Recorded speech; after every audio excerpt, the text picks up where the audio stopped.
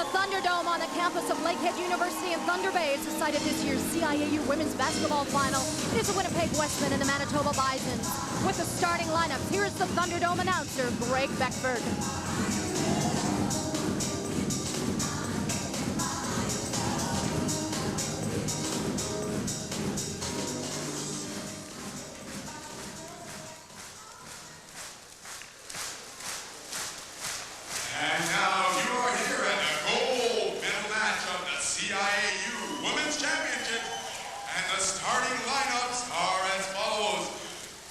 Starting with the Manitoba Bisons, starting in the guard position, number 10, Marjorie Kelly. And starting in guard for the Winnipeg Westmen, Pam Lick.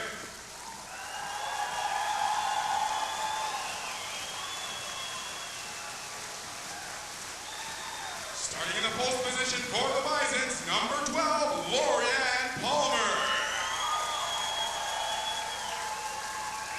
Starting in the guard position for the Westmen, number 9, Andrea Hutchins.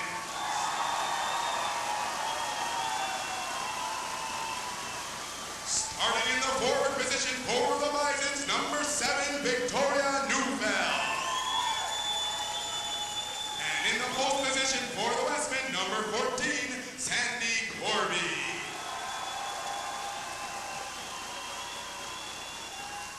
Starting in the forward position for the Manitoba Bisons, number 13, Larissa Garland.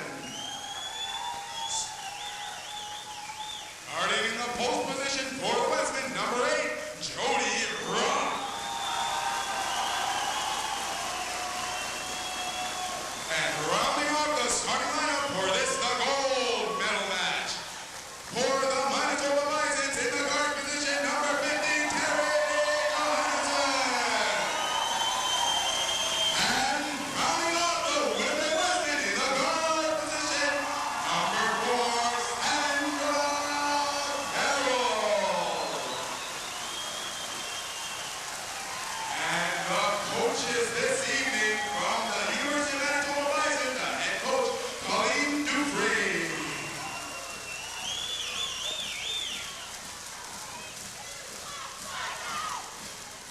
And the coach from the University of Winnipeg Westmen, the head coach, Tom Kendall. Keeping everything in check here tonight are the officials, Rich Caulfield and Sandra Richard. And the alternate officials tonight, Benla LaRue.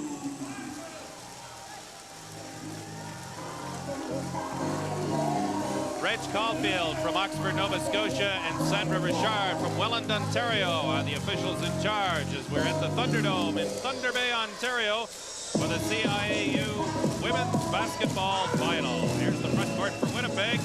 All great players. Jody Rock had knee surgery at Sylvia. She did not play until January this year.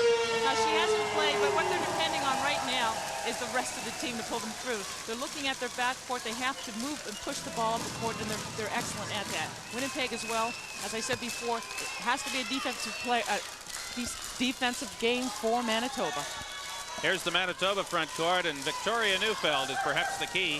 And there are the two guards, Marjorie Kelly, the CIU Rookie of the Year, and Lee Johansson, who had 31 points in that memorable game in Winnipeg back on the 2nd of December that snapped the big streak. Winnipeg is on the board first. Sandy Carvey with the layup to get the Westmen on the board and into the early lead in the opening moments of the CIU final. Larissa Garland with the ball now for Manitoba. To Vicki Neufeld and around to Lee Johansson. Finds the lane, jump shot from the head of the key, and the game's even at 4-2. You'll see a lot of that in this game, Peter. Terry will take the ball to the court, she'll stop and pop it, and she does that better than anyone in the league. Andrea Hutchins, one of the great fifth-year players, playing her final game. Where's number 9 in the red-shooted Winnipeg lineup? And here comes the CIU Rookie of the Year, and what a great story she's been in this tournament. She's been absolutely terrific. Went and got the rebound, jump ball a call as Pam Flick and Marjorie Kelly fought for that ball under the Winnipeg basket.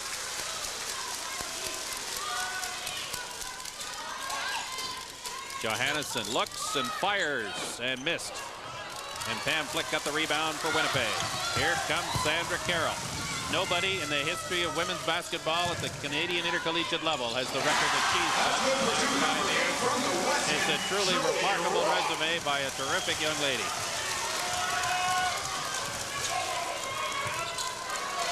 Marjorie Kelly.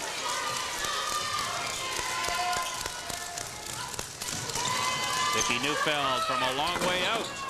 Nearly found the range. Rebound goes to Winnipeg. Here comes Pam Flick with a long pass to Sandra Carroll. That's good for two. Number 4 from the Western. They really can't afford to get into a run and gun game with Winnipeg. Manitoba has to slow down the game. 6-2 Winnipeg. Almost 2 minutes gone in the first half. Larissa Krellin gets the ball to Marjorie Kelly. She's well out. Being watched by Sandra Carroll. That's a good matchup to keep your eye on. Here comes Lee Johansson, and a foul. First of the ball game called by Rich Caulfield. Under the Winnipeg basket. Sandy Carvey, I believe. From the Western, Sandy Carvey. Two good officials working this game. And there is a story about Sandra Richard, which we will get to in just a moment.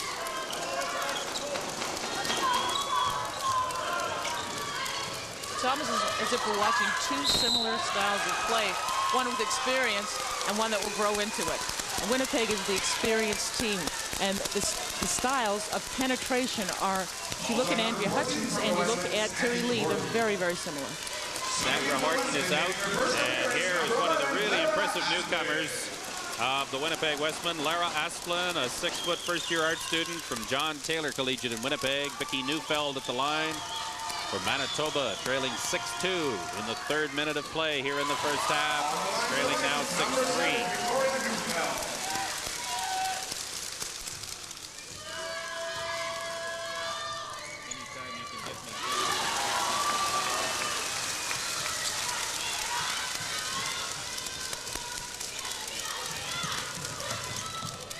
Here's Pam Flick now for Winnipeg. Works against Larissa Krellin. Inside. And with the jump shot and the first point to the ball game for Lara Asplin. A first-year player. She's had a good tournament as well, Sylvia. Very good tournament. One thing the Westmen do have is a bench, and they go inside or outside, and they just pull one right in from the outside.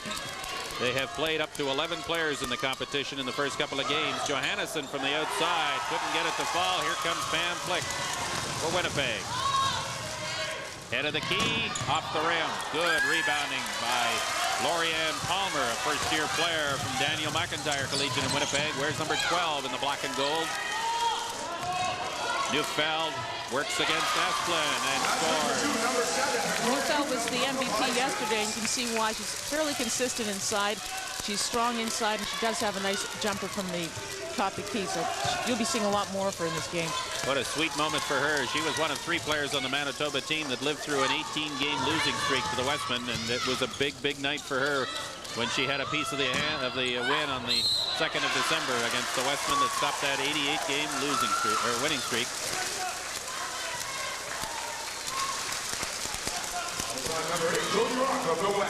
Jody Rock called for her first foul of the ball game. Another substitution now as Heather Corby, a first-year player from Kelvin Collegiate in Winnipeg, comes onto the floor of the Westmen. And she's been a quietly effective performer. Huge against Toronto in the semifinal. She had 10 points and 16 rebounds in just 15 minutes of playing time off the bench. A tremendous performance. So we've seen a lot out of the Winnipeg rookies, never mind the 3 stars that we've talked about who are closing out brilliant university careers here today. Johansson.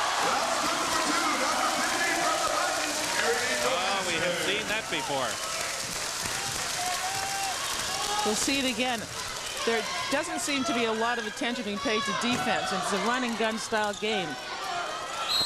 Lots of contact underneath. Marjorie Kelly called for Manitoba. On West on Isaac number 10. That's her first foul. And we've got a timeout on the floor. 8 points apiece in the 5th minute of play of the first half from the Thunderdome in Thunder Bay. Face it, shaving is a pain. It strips away the skin's moisture, leaving it hot, dry, and burning. But now there's proof you can take the heat out of shaving. Introducing Sensitive from Old Spice. It's the one with cooling sensates, an invigorating blast of real refreshment that cools skin scorched by shaving. Prove it to yourself. Try new Sensitive from Old Spice. It's more than a great scent. This is a cooling blast of real refreshment that takes the heat out of shaving. This tournament can't happen without sponsors. Our sponsors here this evening and for the duration of the tournament. We're at the Thunderdome. You're in the Winnipeg huddle. Tom Kendall has finished what he has to say to his staff. What a brilliant career this man has had at Winnipeg. 16 years, the head coach of the Westmen. 4 times the CIU Coach of the Year. Nobody else has ever done that. And he's had some great players over the years. And he has said repeatedly this season that it is the players that he has had and not the record he has built that means the most to him. And that will mean the most to him as the years go by and these players move on to other things. Kendall is definitely tradition in Winnipeg. He's following a tradition of Vic Pruden, who was actually the coach at Winnipeg University and had a tremendous record as well. So doing the job for them. Remarkable continuity. Pruden was there for a number of years, and Kendall's been there for 16, and that's how you build strong programs. Colleen Dufresne has been at Manitoba for 11, and that's how she's built a program that is as good as the Bisons have become, too. The coaches in this tournament, it really is a story, because most of them have stuck with their teams for 10, 12 years, and that's what they need in women's basketball is consistency. Hutchins with the last basket, 10-8 the score, Winnipeg in the lead, and Neufeld ties the game from the outside. Neufeld kept them in the game yesterday, and it looks like she may do the same today. Full court pressure here, and Johansson got the steal. Works against Pam Flick, looks, can't get a free shot. Outlet pass goes to Larissa Krelland. And a great rebound by Marjorie Kelly, and she went up and nearly got the basket. And this time Laura Asplund comes down with the ball from Winnipeg. Pam always has her head up. She's one of the best floor generals they have in the league. And she settles the game down, looks to move the ball around the court, and that's what you need in this run and gun style of basketball. Have to slow it up. Andrea Hutchins works against Johansson. Here's Sandra Carroll. Found the lane, went and drove it. And this time, good job. 2-on-1 break with Johansson and Marjorie Kelly against Pam Flick. And Flick played it beautifully. What a tremendous defensive play by number 7 of Winnipeg. Great anticipation. That's a player who's a thinking player, great floor general, and has a good eye. Lara Asplund gets 2 more. 12-10.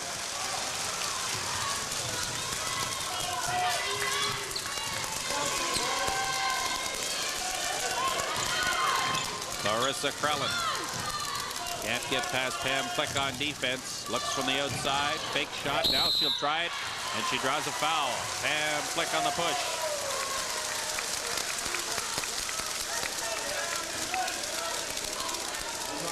Now, if you look at this replay, she leaves her feet, and that's one thing you can't do. She has to get down in the defensive stance, move her feet, but stay on the floor. Here's a wonderful story. This is Charlene Ash Hadlow on the floor. She's 27 from Kenora. She's got a 2-year-old son, Carter, who's watching the game up in Kenora. She was on the team that won it all in 1988.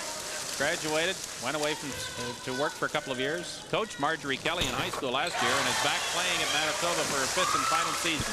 She wears number 6 in black, and she's on the floor in a relief role here for the University of Manitoba. All even at 12 now, with 13:50 to go in the first half. Andrea Hutchins looks for a lane down the side, and then drives to the key and throws up a left-handed hook. And a terrific rebound by Lara Asplund in heavy traffic. Can't get it to fall, but finally, another rookie, Heather Carvey, puts the ball through the hoop. Seeing 3 terrific rookies on the floor in this game. Heather Carvey and Lara Asplund for Winnipeg, and Marjorie Kelly, the CIU Rookie of the Year for Manitoba. And as players graduate and move on, programs retain their strength because good recruiting brings great players. From the outside, Hutchins off the rim. Hutchins has the ball again. Looks for Pam Flick. Looks inside for Heather Corby on the floor and into the basket. This is where Winnipeg has to be stopped. The inside game, they've been penetrating very well, but they're getting second and third shots, and they're being able to slice through the defense with no problem whatsoever. Marjorie Kelly, ice cold from the field, off the rim that time. Here comes Pam Flick again with the long pass down the floor to Andrea Hutchins. Inside to Heather Corby. Johansson knocked the ball away. Larissa Krellin has it for Manitoba. 4-point lead for the Westmen. 12 and a half minutes to play first half.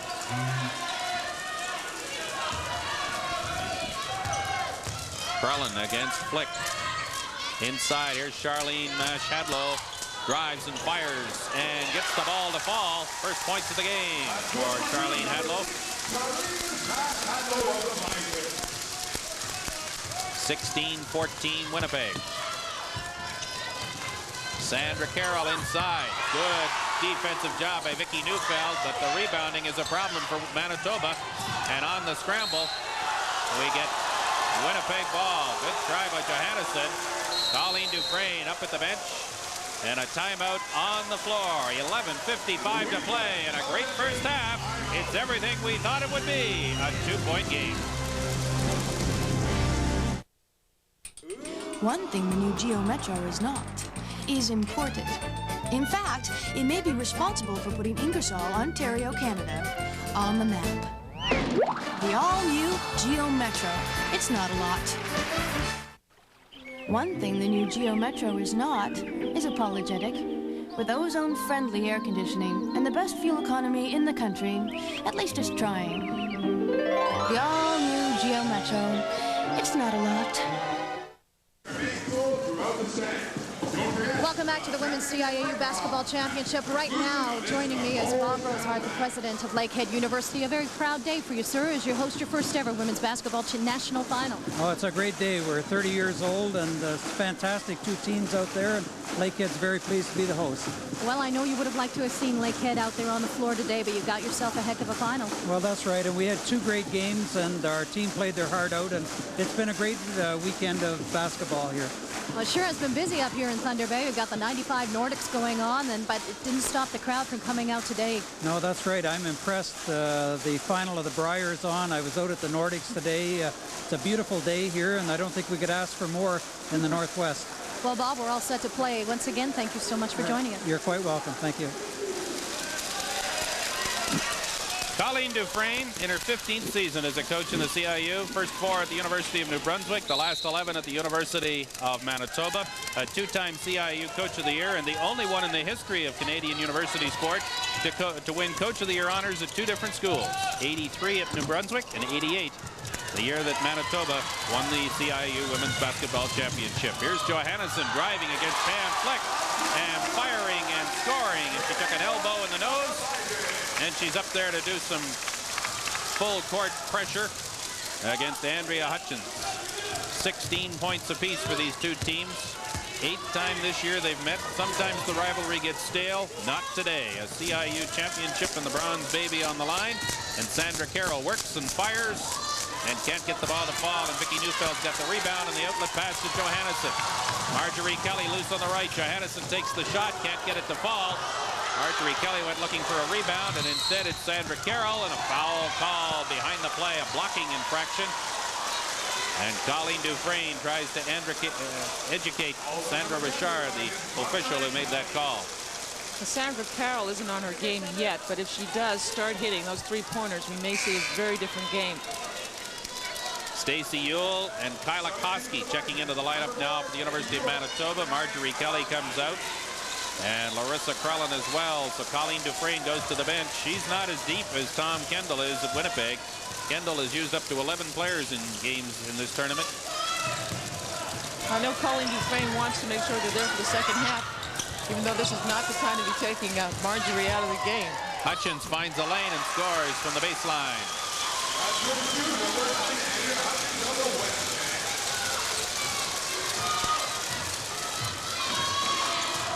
Here's Johansson.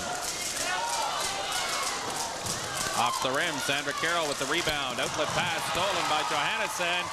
Fires and right over, and a blocking call against Sandra Carroll. Like I said before, this is one athlete that is unstoppable on the drive. Terry Lee, very similar. Here on the replay, look at the outlet pass. They have a steal, and there she is. And she's going for the foul. She's not really going for the hoop, and she's terrific body control. And this is a woman that's hard to stop. But Andrea Hutchins is another player who plays similarly, and we'll be seeing more of that later on in the game. You saw Sandra Carroll moving her feet as Johansson came at her. Had not established position, got called for the foul. This is a cruel game to defenders, but it was a good call by the official. And Johansson at the line trying to tie the game at 18, and does. The officiating has been fairly consistent and good in this game, which is nice to see in a championship game. These two have been, Reg Caulfield and Sandra Richard have been the two best officials in the tournament, I think. And it's probably why they're doing the championship final. Both veterans. In fact, Sandra Richard may be an Olympic official next year in Atlanta. This is one of the games that are being used to evaluate her performance. Inside and firing and scoring is Winnipeg number 8, Jody Rock. Now you can't defend any better than that defense, but that was a great shot. So you give both teams their due on that one. Johansson Once just again. can't miss. Look at this, all over the floor. Playing defense, scoring points from impossible angles. Double team, triple team, and she's got 9. And a foul. Oh, a traveling call. My goodness, what terrific defense by Kyla Koski off the bench, and they get a big turnover in the Winnipeg end. And here's a turnover. You have her fumbling the ball, and it's all ball. It's very good defense. Carrie Lee Johansson for Manitoba. And they get the ball inside. Charlene Hadlow up. Rebound, up again. Blocked this time by Jody Rock. And up again and a miss. And this time the ball is taken away, and we've got a jump ball. Terrific offensive rebounding by Manitoba. A little steal from the field. Well, I can say it's very, very poor defensive rebounding. No one's turning around, blocking out. They're following the ball and not their player. They've got to really get a handle on second and third shots in this game. 20-20 the score. 9:20 to go, first half. Andrea Hutchins from a long way out drew a foul. And I believe it was Johansson. Over number 9 from the Vikings, No, it was Kyla Koski it was called. If you watched the CIU men's volleyball championship from Sudbury last weekend, her brother was the one of the great players in the tournament. She's got a sister playing volleyball at Manitoba. And there's Larissa Krellin back on the floor. And Kyla Koski has gone to the sidelines. Larissa Krellin made the biggest basket of her life with 4.4 seconds left on December 2nd, 1994 on national television to beat the Winnipeg Westmen. Andrea Hutchins, whom Tom Kendall found 5 years ago at the junior national competition in basketball in St. John's, Newfoundland. That's where she's from. She's got her own cheering section here today. The team from Memorial University in St. John's. Got a few signs and banners. It's a nuke, it says. Yep, there it is. Oh, this is one nuke that has national and international potential. 2 years on the national program, which will reconvene at the end of April, hoping to qualify for the Olympic Games in Atlanta, and Andrea Hutchins likely to be there. Let me introduce Nicole Yonker from John Taylor Collegiate in Winnipeg, second-year education student. In the ball game now for the Westmen. It's another evidence of the depth they have on their bench. They can go 10, 11 deep, and that's something that in stamina, when it comes down to the last 3 and 4 minutes, that's what counts. 23-20 Winnipeg, 9:15 to go, first half. Larissa Krellin looking to make a pass. Works against Pam Flick, gets the ball to Vicki Neufeld. Can't get the ball to Johansson. Now they're able to do that. And from the outside, Johansson fired, went after the loose ball, couldn't get it. Jody Rock has an outlet pass, goes to Pam Flick and to Sandra Carroll. Sandra's looking to shoot here. Off the rim. She is a shooter. Great rebounding by Jody Rock. What a terrific basket there. Third-year education student from the PA, Manitoba.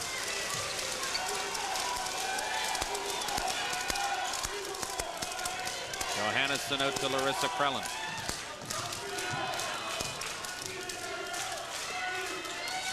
Around to Stacey Ewell. In the quarter to Neufeld off the rim. Jody Rock again, and this time Neufeld called to the holding foul. And Neufeld can't afford those types of fouls. The offensive boards, something that she usually controls, but she has to get around her man and not reach over her back. Here's a replay here. The rebound where she's taking a swipe at the ball. This is second and third shots that Winnipeg is getting defensively and offensively on the board. It has to stop. Winnipeg is going to be challenged at all. Lynette Lafreniere, number 13 with the ball. She's on the floor now for the University of Winnipeg. Sandra Carroll works hard against Charlene Hadlow, and a pushing foul called against the Manitoba veteran. It's aggressive defense, but a little too aggressive. She was there. Married to Terry Hadlow, who used to be on the national weightlifting team. She's trying to get her feet in position, but gets her body in the way. And that was definitely a foul. Yonker to Pam Flick, looks, moved the feet. Oh, let's see, offensive foul, I believe, is the call. Now, Pam Flick does have what it takes to control the game. Timeout on the floor, 7:55 to go. First half, Winnipeg 25, Manitoba 20.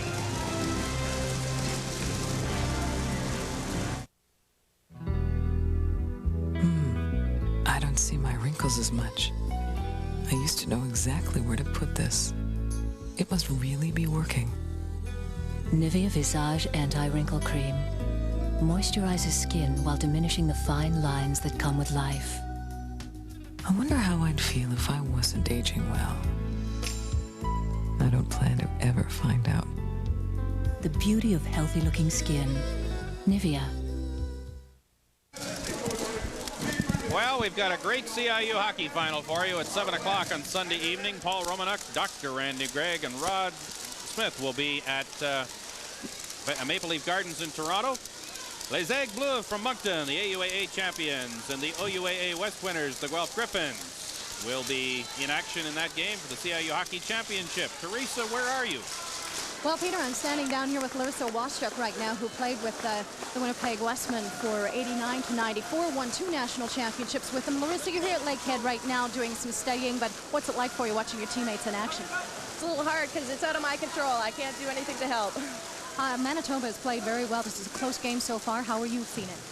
It is close, and Manitoba's playing with great tenacity. Winnipeg just has to pull away. Coach Tom Kendall said that he coaches the Westmen with a lot of mental toughness, and that is his philosophy. You've been there. You've seen him coach. What do you think he's talking to his players about right now? Play them as faceless people. We played with them. Now you just treat them as a faceless person and just go after it. Well, thank you so much, Larissa. Let's go back to Peter Watts. All right, Teresa, thank you. Manitoba to get possession of the basketball under their own net. 25-20 to score, 7:55 to go in the first half. Larissa Krellin works her way down floor with Pam Flick keeping an eye on her for Winnipeg. Now it's Lee Johansson. Vicki Neufeld from the corner can't get the ball to go through. And the ball is out of bounds. It'll be Winnipeg basketball. Sandra Carroll inbounds to Andrea Hutchins. Well, we thought a matchup might be Marjorie Kelly against Sandra Carroll, and right now it's Stacey Ewell. And she forced a turnover on that particular play. Marjorie Kelly on the bench, at least for the moment. Johansson. She's joining us again. She's waiting on the sidelines to come in. Krellin to the corner. Hadlow looks inside. Krellin would like to shoot, tries it, can't get the ball to fall. Lafreniere, the 6'4" rookie for the Winnipeg Westmen, gets the loose ball. And Sandra Carroll's got it quickly now for Winnipeg. Found a little lane, fires, scores.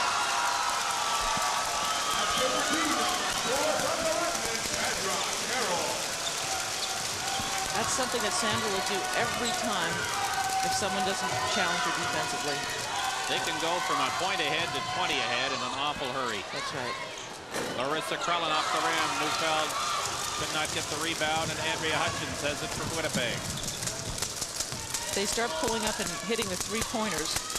They can pull away awfully quickly, so the defense is the key here. Sandra Carroll. That's it. Lost the loose ball, got it back, took a push. And it'll be Winnipeg at the free throw line.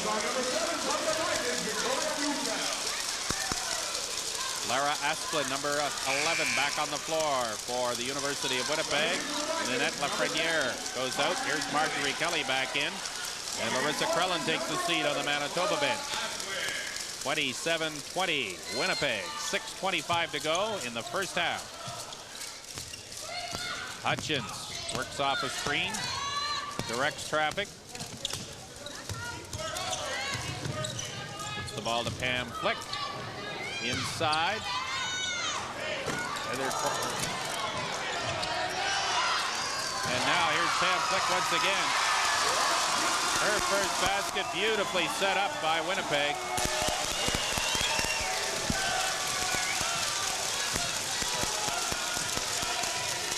They're doing a good job of denial defense, but once again, second and third shots may kill them underneath.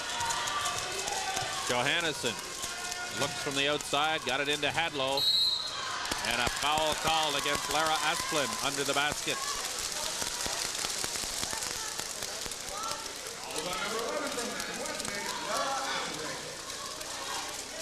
That's her first foul. And we have a timeout called by Tom Kendall and the University of Winnipeg.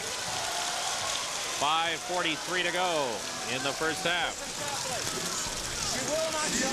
She has to go to the hoop. Stay in front of her. Okay, understand? Don't get caught like that. Now, we're hesitating. If I was Tom right now, I'm sure I'd be telling players to continue the penetration and to bang the boards. They're doing a great job at that.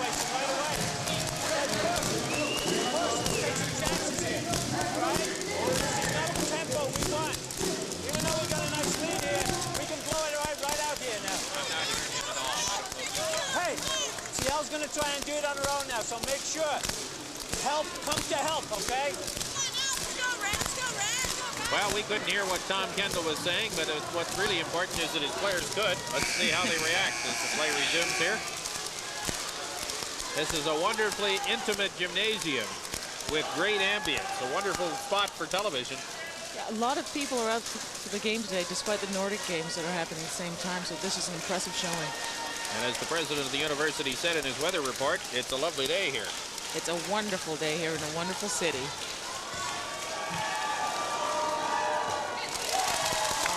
I was saying to the organizing committee yesterday, you know, it took 10 or 11 years for TSN to get to Thunder Bay, and now we can't get the city off the network. Between the World Nordics and the CIU basketball, you're here to stay, are you? They own the network.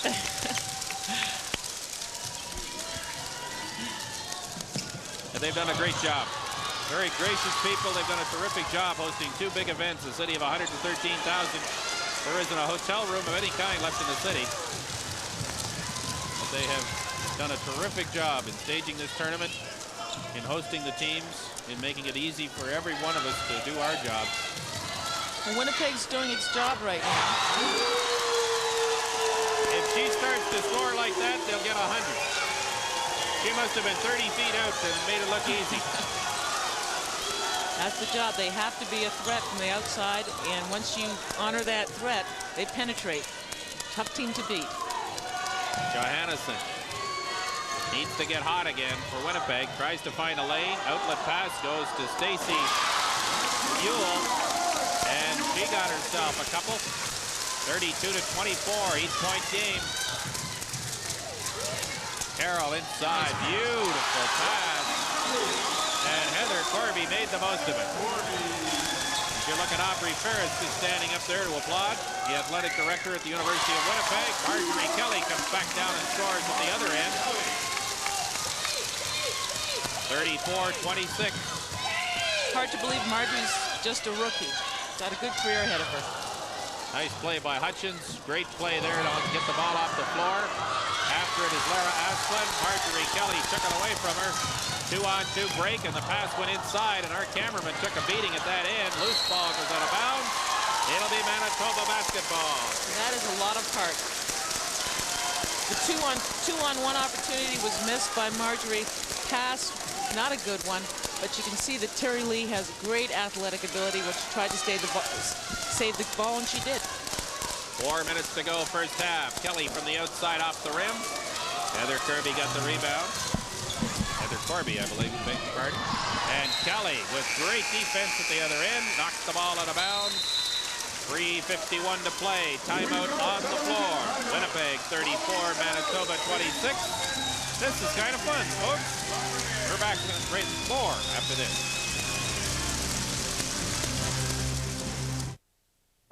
Everyone knows Canadian universities are world class, but not just in the classroom.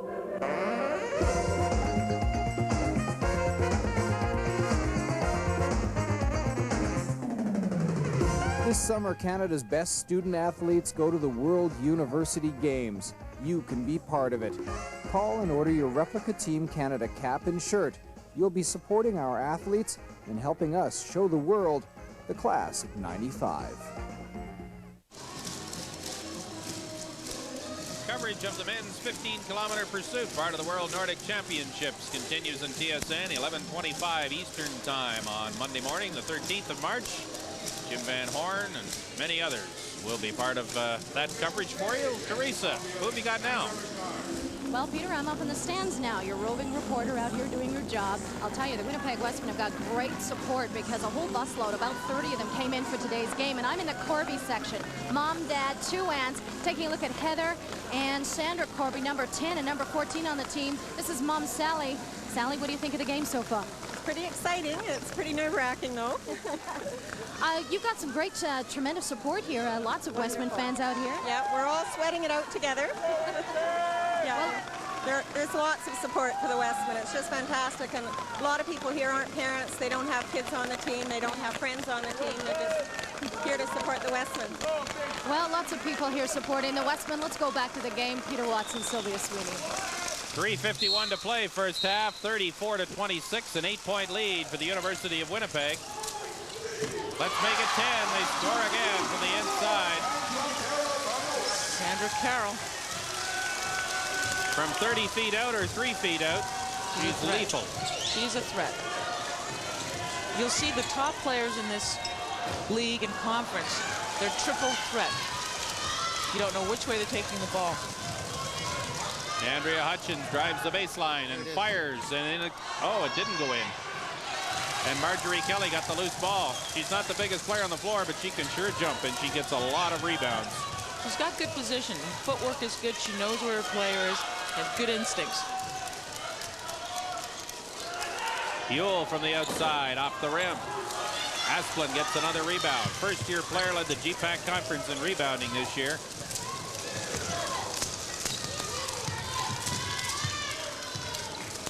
Once again, Manitoba's taking 1 shot down the floor.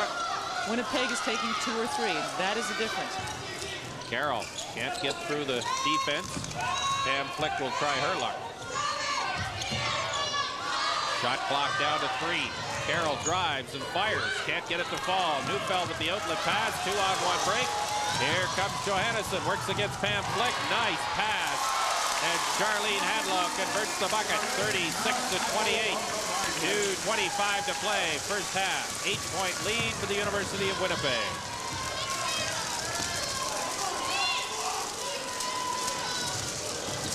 Hutchins, traveling call. Hutchins has not been on her game today, but one of the reasons, defense. There are 2 players that they're looking to keep at bay. It's Sandra Carroll and Hutchins. They're doing a fairly good job on both of them. Lynette Lafreniere back in the game now for Winnipeg. Where's number 13? Defensive stalwart at 6'4" for Tom Kendall's team. Loose ball controlled by Hutchins. Once again, it's just 1 shot. They've got to start banging the offensive boards if they're going to stay in the game. And that's one thing you'll see at this end of the court in Winnipeg. They have 3 people crashing the boards every time down the floor. Foul before the shot. No basket by Sandra Carroll. And a timeout called by the University of Winnipeg. Pretty good stat here, 23-11. Very good stat here, and that's the key. If you can shoot 2 or 3 shots, if you're shooting 20%, you've got that much more on them.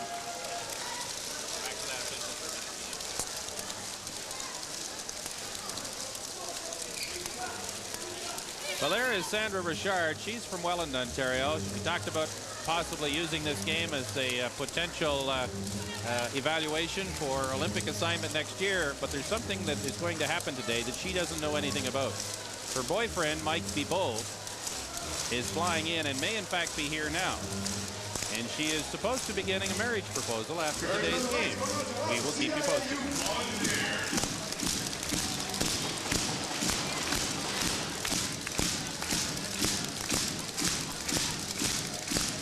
Strange things happen in basketball.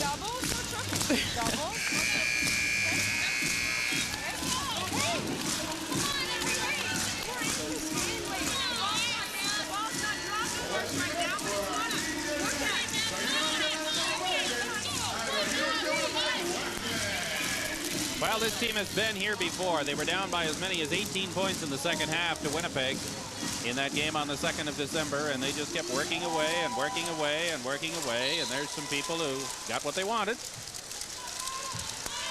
They're on the network. And we all know how that game ended on the 2nd of December. There's Lynette Lafreniere.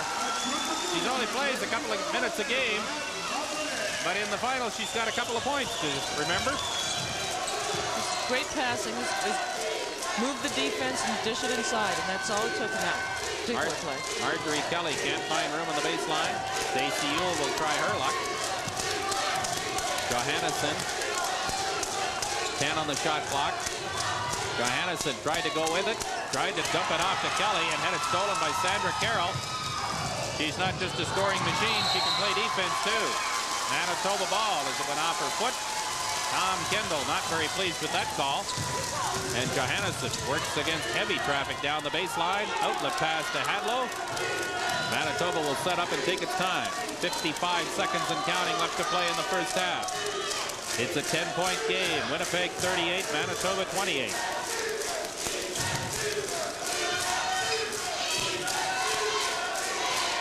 5 on the shot clock. Johansson's going to have to shoot off the screen. Can't get the ball to fall. And once again, only one shot as Sandra Carroll got the rebound. And flick, quick look at the clock. Looks to set up the Winnipeg offense. And the Winnipeg offense at times is this lady. Missed that time. Hadlow fights for a loose ball. Had it taken away by Lafreniere. Asplin. With 16.6 seconds left, makes it a 12-point game. Time for one shot for Manitoba before the first half ends. Marjorie Kelly will take it. Only one shot again. Pam Flick tries to get it up to Andrea Hutchins. Lays it in. It's going to count.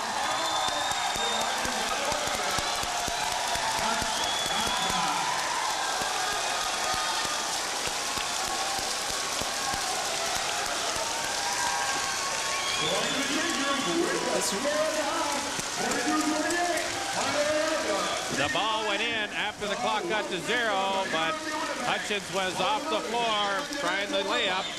When there was still time left, the officials counted. 42-28 is the score. A 14-point game for the Winnipeg Westmen. Teresa. Thanks so much, Peter. Joining me right now is Tom Kendall, the coach of the Westmen. Tom, you're taking a lead going into halftime here, but how have you seen the game so far? We're getting some great play out of our inside game, which is really pleasing me because we're so young. Our two veteran posts are on the bench with foul trouble, and our young kids have just done a tremendous job in the first half. And we're playing pretty smart defense on their perimeter players, which I'm really happy about. I'd like us to push the ball a little harder than we have been. We're too hesitant, and I think we just got to go at them in the second half. Well, Tom, I'll let you get back to your team in the locker room. Thanks so much, and good luck in the second half. Thanks, Teresa. And we will return with more of the 1995 Women's CIU Women's Basketball Championship from Thunder Bay after this.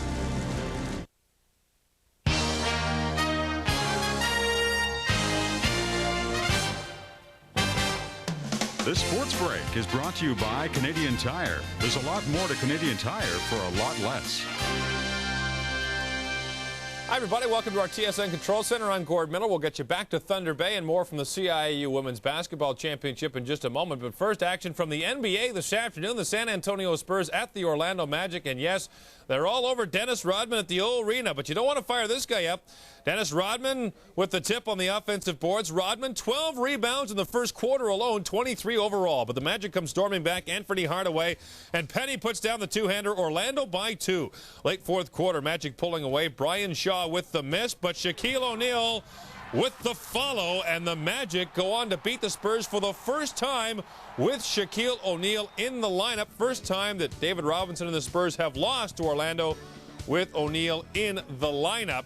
110-104, the final score in favor of the Magic. Elsewhere, other things to tell you about in the NHL. Florida over Hartford this afternoon by a count of 4-1. So Florida wins back-to-back games over Boston and the Hartford Whalers. And the Washington Capitals are moving up rapidly, now unbeaten in 6 with Jim Carey in goal. Washington over Tampa Bay 3-1. At the Briar in Halifax, 7-6. Manitoba leads Saskatchewan after 7 ends of play. All the news coming up on Sports Desk at 6:30 Eastern Time here on TSN.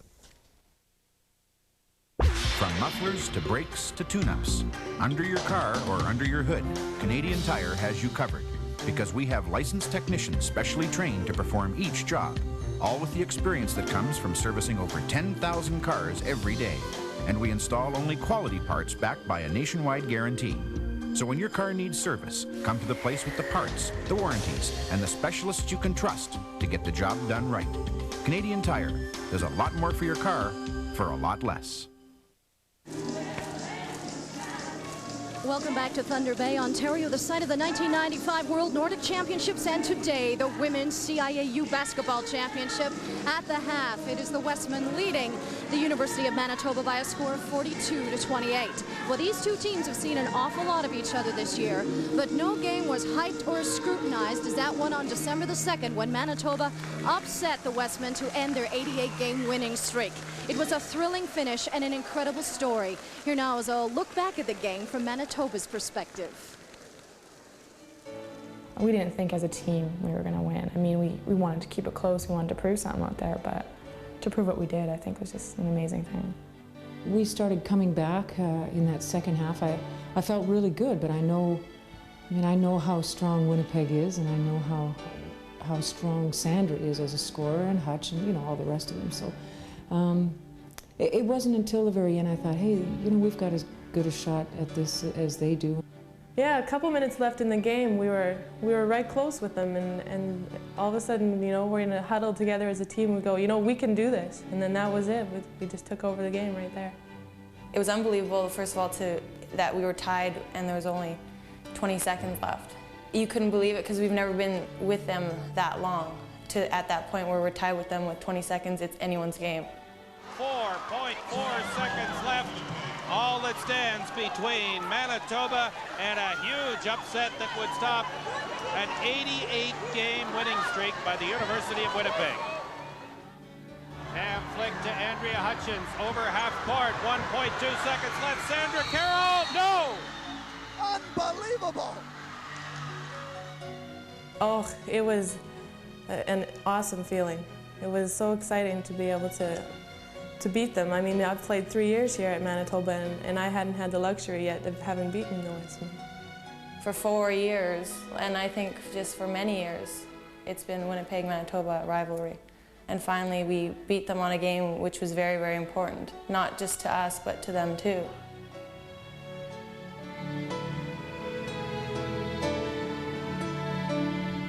Exactly 1 month later, on January the 2nd, the Westmen came back to spank the Bisons by 47 points. So a little bit of lingering bad blood may remain between these two teams, but today the Westmen have got their eye on a 3rd national championship.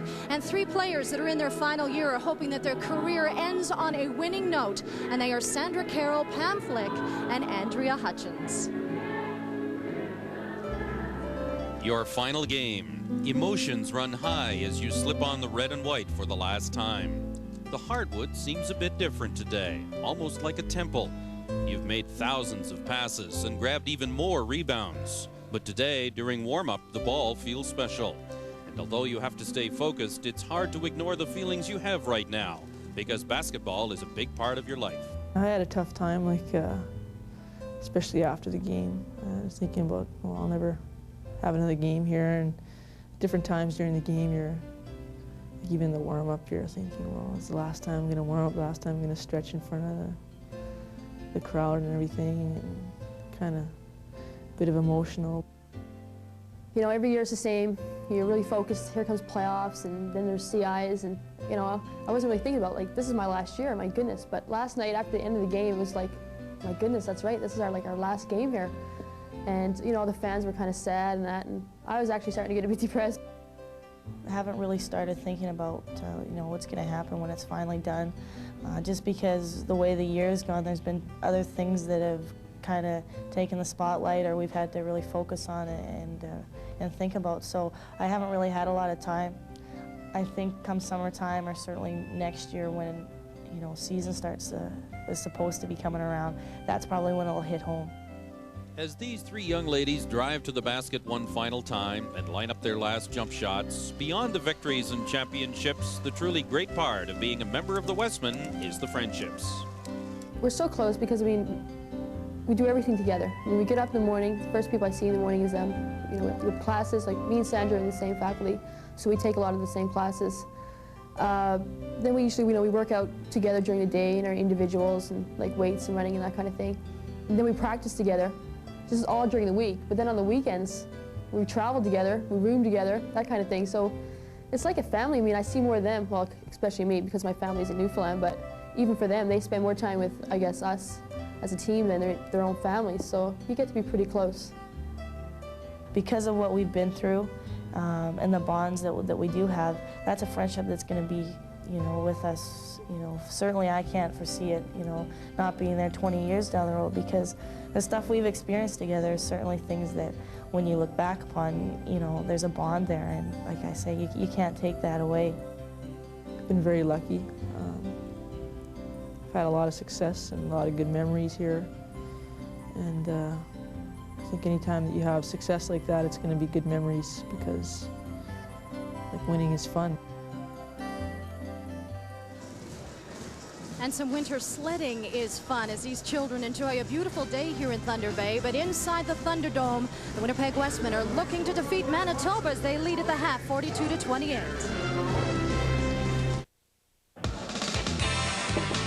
Arsenic, cyanide, mercury, lead, ammonia, tar, nicotine. Cigarette smoke is a lethal brew of over 4,000 chemicals. And it kills 40,000 Canadians every year.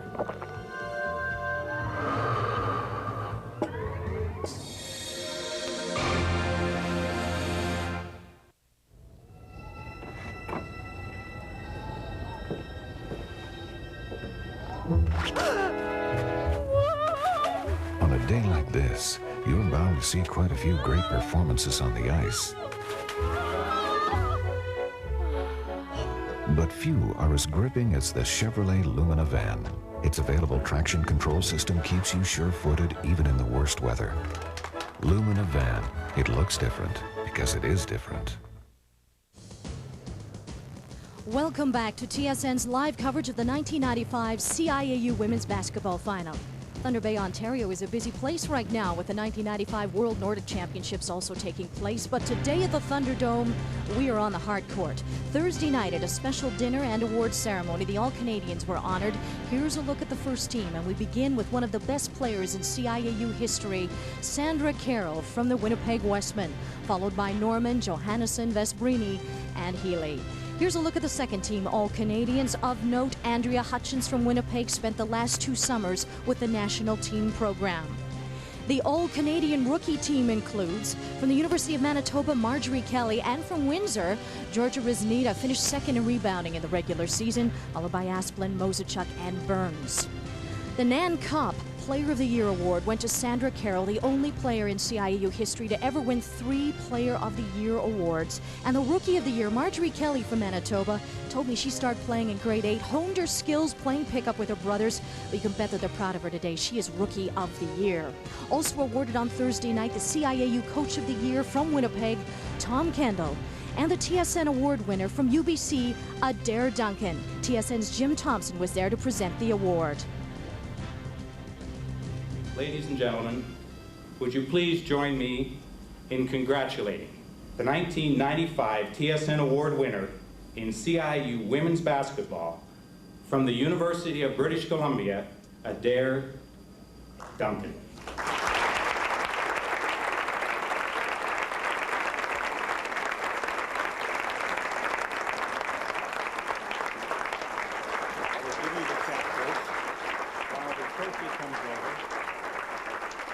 Being nominated was a great honor just because it means, of course, just having that means that, yeah, you've done some good things and we'd like to recognize that.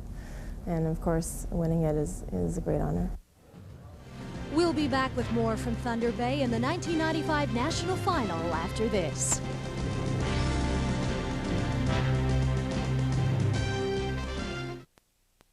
I'm Ed LeBuick from Quality with an incredible new product from Europe. It's called Sweepa, an amazing rubber broom that makes all others obsolete. Look what Sweepa can do. It sweeps, it washes, it squeegees, it even cleans snow. Other brooms are full of dirt and bacteria. They can't be properly cleaned, and even worse, they wear out. Throw them all away. Sweepa's flexible rubber molded bristles are easy to clean with running water. It works like a magnet to remove the smallest dirt particles and pet hair from carpets and furniture. The soft rubber bristles are perfect for scrubbing floors. Then flip it over and squeegee off. Sweep your walkway, scrub your pool, use it on your motorhome, clean snow off your car. Sweepa comes with a long telescopic handle to help clean hard-to-reach places. Squeegee windows crystal clear. Buy Sweepa now and get the mini Sweepa absolutely free. Sweepa comes with a 5-year guarantee. Available at Canadian Tire, Kmart, London Drugs, Sellers, Buy Right Drugs, and participating Co-op, Value Master, and Real Canadian Superstores.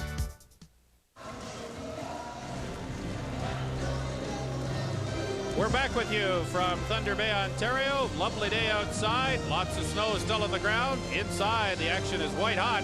Winnipeg 42 and the University of Manitoba 28. Well, we've talked a lot about the veterans in this show, but in the first half, a couple of youngsters from the University of Winnipeg were a terrific part of the story. It really was. It was a rookies game, not only on Winnipeg's side, but on Manitoba. But Winnipeg has 2 rookies that came off the bench and banged the boards, had second shots. Here's an example here. Andrea Hutchins drives to the hoop, and right behind her we have her player who's ready. As you see, look at the footwork going on here. Heather comes in, grabs it, and throws it back in. Now that's what you need. You need people who are going to follow second and third shots. Here again, we have tipping Laura the ball. Asplin, yeah. Laura Asplin, and now Pam Flick is there. Lays it in. Second and third shots. This has been happening too often as far as Manitoba is concerned. They can't afford not to get second and third shots. Defensively, they have to get in position and block out the offensive team. All right, Sylvia, we've seen some pictures. Let's look at a couple of numbers that really support what we've been talking about here in the first half. The freshmen scoring, Lara Asplin, Lynette Lafreniere, and Heather Carvey, all first-year players. 7 points, 7 minutes played, 12 points, and 14 points in score.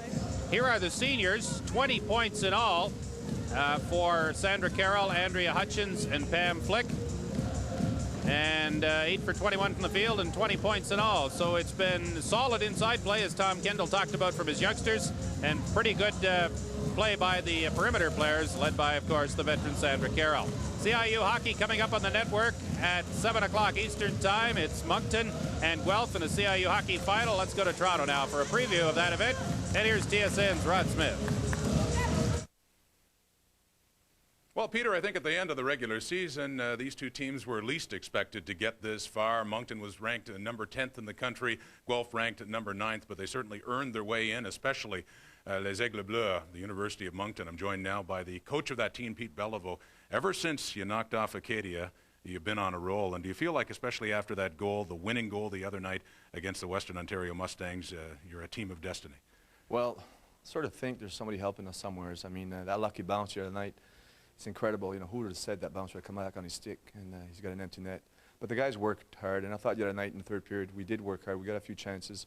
Another lucky bounce by Jean Imbeau, but then again he needed a good set of hands and eyes to put that in there. So the guys are working hard. Moncton has won national championships before, 3 in fact, but no one on this team, including yourself, was around when they last did it in 1990. Contrast that with Guelph, a team that was at the national championship game but lost last year. Is experience a factor that weighs in favor of them? I'd have to say yes, in a sense, because this is our second year in the finals. This is our first year. But then again, we do have a lot of tradition behind our side. Our assistant coach, Louis Gay, was here in 1990, and he's been giving us a great help in how to avoid distraction, how to get ready. And the guys feel pretty comfortable about themselves. I mean, after playing Acadia, we feel we can play against anybody. The one thing I noticed from the semifinal games with Moncton and with Guelph, opportunistic teams. When they get a chance, they take advantage of it. What did you notice about Guelph when they were constantly playing shorthanded, it seemed, and yet Calgary was frustrated on the power play? I noticed their body positioning is the best I've seen this year. Marlene's doing a great job because they're always in the right position. They're always between the puck and the net. They seem to do little passes. They don't go for the big breakaway. And they work so hard. I've never seen a team this year work so hard, and their goaltender is really impressive.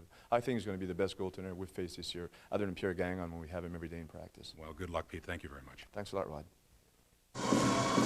The second half of this National Women's Final is just about to begin. The Westmen lead the Bisons by 14. TSN's live coverage continues after this. Introducing the Dremel Moto Tool. You cut, we cut. You sharpen, we sharpen.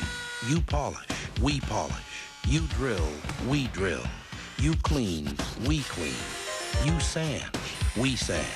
You grind, we grind. You hammer. Did I mention we cut? The Dremel Moto Tool. With more than 150 available accessories, why settle for some 2-bit power tool?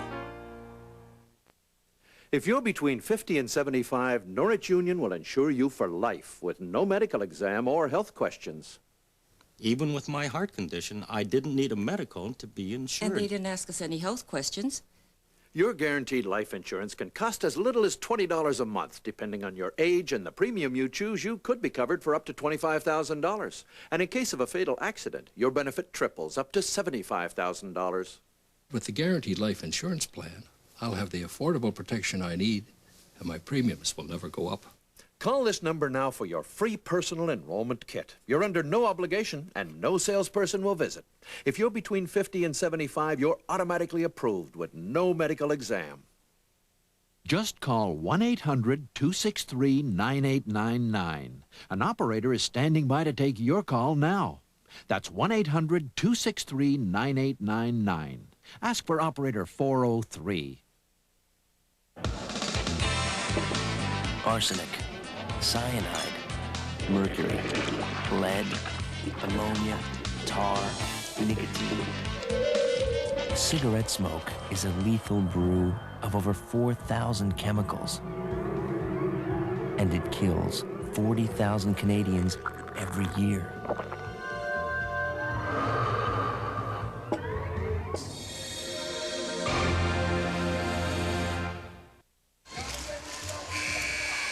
Ready for the start of the second half from the Thunderdome in Thunder Bay, Ontario. 20 minutes of playing time remaining. As you look at some first half numbers, rebounding jumps out right away. 29-13 in favor of Winnipeg. Well, the free throw shooting is impeccable, as you can see, but the turnovers for Winnipeg have got to improve in order to keep themselves in this game.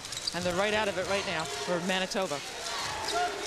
Here's Terry Lee Johansson, who was hot early and then cooled off. Got the ball inside, and a foul called in the opening seconds of play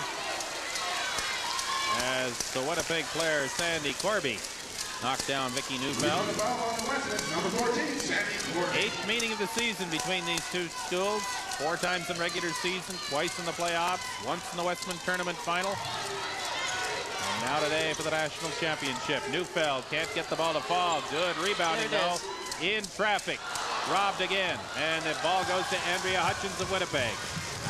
Well, at least they're getting a couple of tries each time down the floor. Yeah, that's a good indication. They are looking to rebound offensively. Sam Flick looks inside, and a foul call, a pushing call against Victoria Neufeld. That's what happens when you have a ref who's right there on the game. She's right there looking at her. No, it was a very minor foul. It was visible. Sandra Carroll off the rim. Good rebounding. Terrific rebounding by Jody Rock. She didn't join the team until January of this year. She missed most of a year with a torn anterior cruciate ligament in her knee. And she's really helped their inside game, which didn't need a whole lot of help, but which is considerably stronger with her healthy and back in the lineup. Marjorie Kelly from Manitoba. Bisons have got to make something happen here. They have gone ice cold from the field. They can't play defense. They can't rebound. Kelly gets one there and finally gets the ball to drop. First basket of the game. It took a minute and 15 seconds to get it for Manitoba. 44-30. 14-point game for Winnipeg, and a double team against Pam Flick, who gets out of it and gets the outlet pass to Sandra Carroll. And Neufeld played some good defense and knocked the ball out of bounds. What is encouraging is that Manitoba is now on their offensive boards. They're coming up with little 2 points here, 2 points there, but they do add up. Look out. Second shot. Let's try it again. That's right. That was a shooting drill for Sandra. She's got a dozen. She's been averaging 31 points in the championship per game. She broke a CIU record, 30.3 points in regular season play this year. Every game, 30 points. Put it in the bank, put it on the scoreboard, then let's play. See if everybody else can compensate. We're seeing some fine offensive players here. What I like to see is a little more defense. 47-30, and that's pretty high scoring for a women's basketball game, CIAU level. Kelly. And a foul, a pushing call, as Lorianne Palmer was knocked down going after the rebound. So this is a young player, Lorianne. She's just coming in. There's a lot of potential. They have a lot of hope for her. Here she is under the boards, grabbing a rebound. And at that age, she's there, she's present. We'll look to see her in the future, the next 2 or 3 years. Lara Asplin back in as Sandy Corby sits down. Loose ball under the basket. Pam Flick's got it for Winnipeg. It's Sandra Carroll. Miss Marjorie, once again, heads up defense. Hutchins. On the steal, here comes Larissa Krellin from Manitoba, 2-on-1. Tries the jump shot. 47-32. It's still Winnipeg by 15, but the game is on. Here's Hutchins from the outside for 2. She was due for 1. That is a difficulty with playing this team. They are so deep, and they're a threat from all sides of the floor. And just about all of them are a threat from anywhere on the court. They can play inside, outside. Even their bigger people can go to the perimeter and hit the jump shot. So I guess that explains their winning streak. 108 wins in 109 in the last 109 games. A lot of contact on the floor. It'll be Winnipeg ball. And we saw Marjorie Kelly playing some tough defense against Sandra Carroll. Here's a replay right here. That looked like it went off Sandy's foot, but I don't think she was too happy about the foul that was never called. So there was a compensation call there for sure. Charlene Dufresne trying to help the officials, make some suggestions.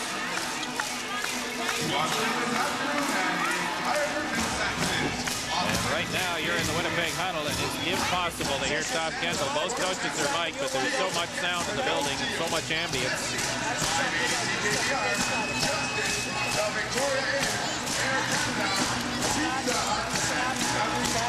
Still go inside. We got nothing on the perimeter. Go inside. These two can score big time. Now crash the offensive boards, okay? These two have got a feeling right now, okay? So you're probably going to be boarding, all right?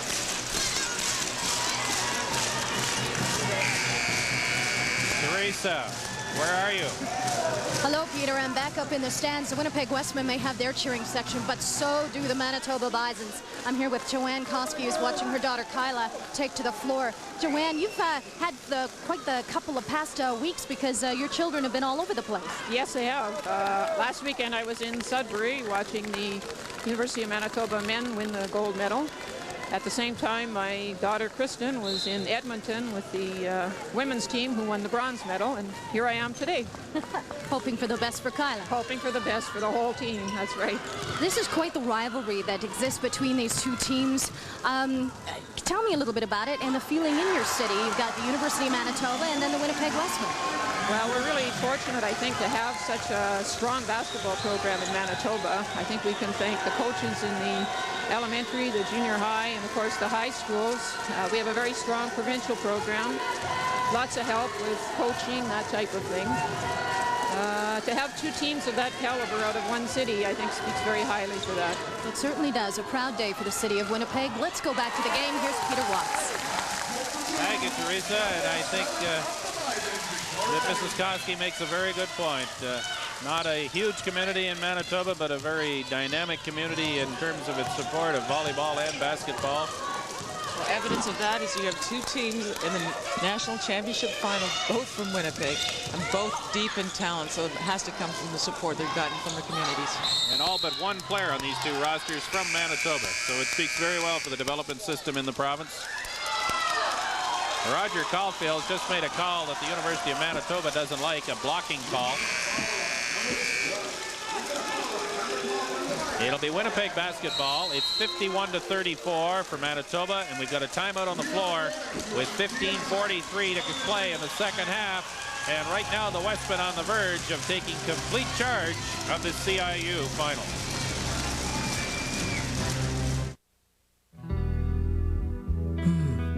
I don't see my wrinkles as much. I used to know exactly where to put this. It must really be working. Nivea Visage Anti-Wrinkle Cream moisturizes skin while diminishing the fine lines that come with life. I wonder how I'd feel if I wasn't aging well. I don't plan to ever find out. The beauty of healthy-looking skin. Nivea. One thing the new Geo Metro is not is imported. In fact, it may be responsible for putting Ingersoll, Ontario, Canada on the map. The all-new Geo Metro. It's not a lot. One thing the new Geo Metro is not is apologetic. With ozone-friendly air conditioning and the best fuel economy in the country, at least it's trying. The all-new Geo Metro. It's not a lot. Back with you from the Thunderdome on the campus of Lakehead University in Sudbury. Peter Watt, Sylvia Sweeney, and Teresa Hergert. And you're watching the CIU women's basketball finale. University of Winnipeg in red leads the University of Manitoba by 51-34. It was a 14-point game at the half. And Andrea Hutchins has started to hit from the outside and nearly got another one there. And a foul under the basket. Blocking call against Lara Asplund of the University of Winnipeg. It'll be interesting to see whether Colleen Dufresne decides to go into a zone. She said if she does get in trouble, she may fall back into a 2-3 zone. I would say she's in trouble right now. 17 points against Winnipeg is a long, long way to come back. Well, Harry Lee Johansson will try the outlet pass. ACU can't do a thing against Pam Flick. And a kick ball. Reset the clock to 30 seconds. It'll be Manitoba basketball with Vicki Neufeld to inbounds for the Bisons. I know their coach, Colleen, is very proud of Vicki Neufeld. She's been consistent, the only one that really she can depend on underneath the hoop. Oh, just a foul there. Stacey Ewell under the basket. Had to foul the Winnipeg player to prevent an easy layup.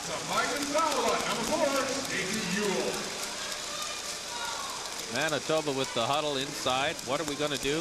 And 4 Winnipeg players standing around the outside of the perimeter of the huddle, smiling at each other, saying, we like what we're doing here. We're playing good. Well, transition is the name of their game, and they've been in full flight today. So you see, it's 51 points, and we still have 15 minutes left to play. 51 points. 52 now as Andrea Hutchins scores. +1. Here's Terry Lee Johansson. We saw her on the 2nd of December in that upset in Winnipeg, and she was scoring from all over the court. And she hasn't been able to have the same kind of offensive success in this game. And when she's not scoring, Manitoba's got a problem. Sandra Carroll off the rim. Rebound. Out of bounds. Saved by Manitoba. Saved by Winnipeg. Manitoba ball. Here's Johansson again. Ciau can't work past Pam Flick. Marjorie Kelly falls. Foul called away. Tom Kendall says to Reg Caulfield, that's awful. Reg Caulfield says, I'm in charge here. It's a foul. Well, I don't think Tom is going to actually look for a technical at this point in the game. The education process, however, does continue. Yes, it does.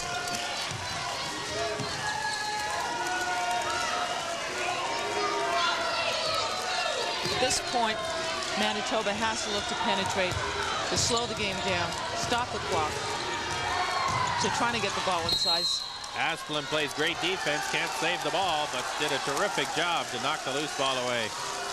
Her game has improved so much just in 3 months, and she's been a terrific story. Here it is right here. It's good hustle, but not good position. There, it's a wonderful block to Sandra Carroll. Not such a wonderful pass. Manitoba basketball.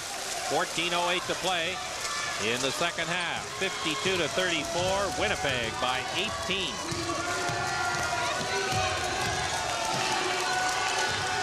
Vicki Neufeld finds a lot of traffic, but she was looking for the foul there, but she wasn't in control. She has to come to a 2-foot stop underneath, power up, and draw the foul.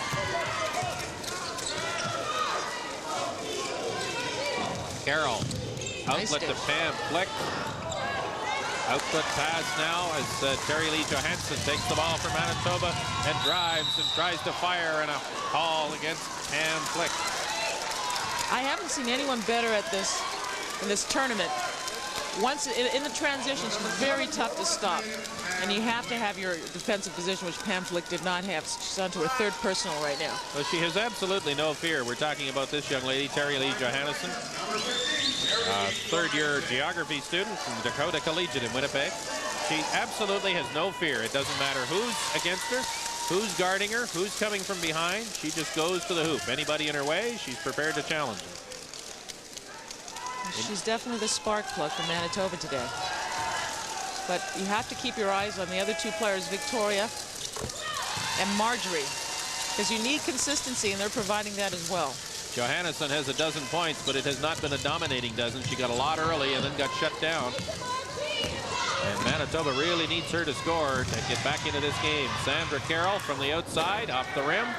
Two players there, and Marjorie Kelly went up and took the ball away from both of them. 2-on-1 break, Charlene Hadlow.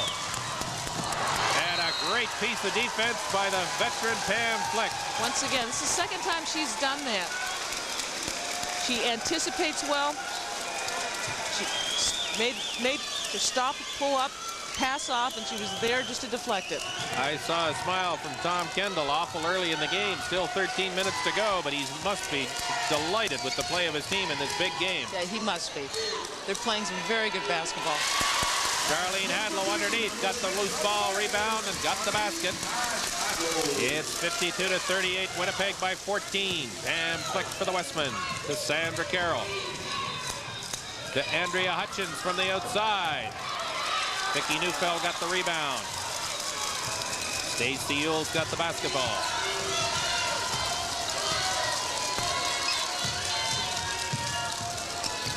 Johansson.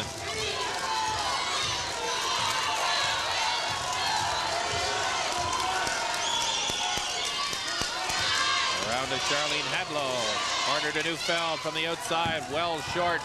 Off the rebound, and it's Heather Carvey with the loose ball. Pam Flick took a shot to the head from Marjorie Kelly, but made the good pass. There's some very good defense there underneath. And a foul called, a hold. Very good defensive move underneath. She had her position, turned around, caused a turnover. Here's a replay here. And this is a turnover. Marjorie came up with the ball once again. Terry Lee's efforts, they've got to keep being aggressive on both ends of the court under the boards. Heather Corby called for the foul, her first. She sits down, has a little rest. And Jody Rock, number 8, back on the floor now for the University of Winnipeg. Marjorie Kelly's got the ball. 12 minutes to play, second half. Kelly in traffic, makes a big, big basket. Hard to believe she's just a rookie. Hard to believe the 3 of them are just rookies. My goodness, they've played well in this championship. How'd you like to be building a program with any one of those 3? They're into their man-to-man full-court press and came up with the ball as a result. Johannesson. There you go. You know that 18-point lead Winnipeg had? It's down to 10. 52-42. 11 and a half minutes to play. Andrew's got to keep her head up. Number 8 was wide open alone, and that's part of a press. There's always somebody wide open.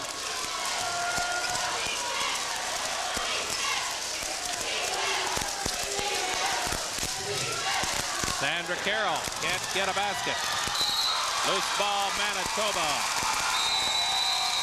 I'm out on the floor. And a reminder to stay with us after the game for the TSN Turning Point. Brought to you by Interstate. For fresh power, guaranteed.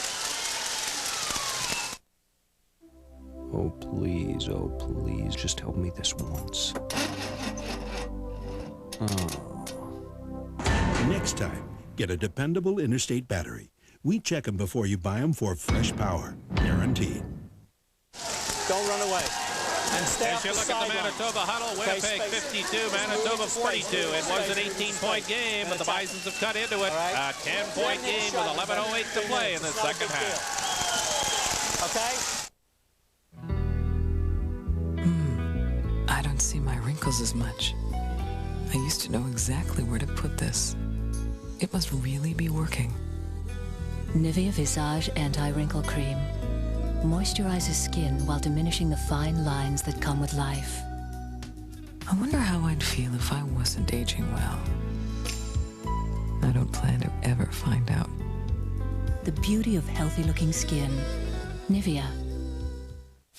Harvey's Texan Barbecue Combo. Tastes so authentic, you'll feel like you're in Texas. Well, you got that right, Pilgrim. Processed Monterey Jack cheese, tangy barbecue sauce, and sauteed onions. This here's the real thing, partner. The Harvey's Texan Barbecue Combo with large fries and medium soft drink, all for just $4.29.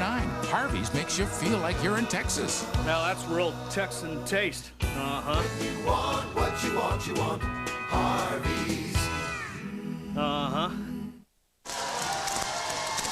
The Thunderdome is a noisy place. Good crowd here in this small, intimate gym. As you look at some of the clackers that have been passed out to the fans, just to make sure it's not too quiet in here. The Streak Breakers refers to the Manitoba Bisons, which stopped Winnipeg's 88-game winning streak on December 2nd. Second half rebounding has helped Manitoba close ground. They were way behind in the first half. Good rebound there. Kelly can't get it to fall, and there's one of those rookies again, Lara Asplund for Winnipeg. Andrea Hutchins for the Westmen. Good defense by Stacey Ewell. Sandra Carroll can't stop that.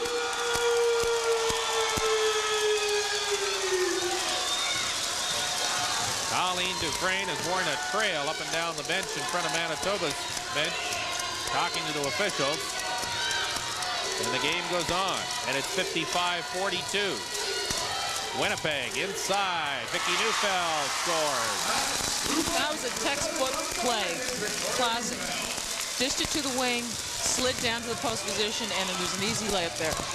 Andrea Hutchins scores. It's been a well-played game. There's been good quality play by both teams. Perhaps not as much as you'd like every second by every player, but there's been a lot of good plays made so far. I've seen Winnipeg's defense actually pick up because they are not known for their defensive play, and today they've been playing both ends of the court, and that's what championship game is all about. Boy, that's a collision contact sport under that basket. Vicki Neufeld tried 2 shots and paid for both of them. Drew a foul, which is on the line, so I guess it pays off. Gee, I hurt, but I can shoot foul shots. On number 8 from the Westman, Jody Rock. Jody Rock commits the foul. That's her third.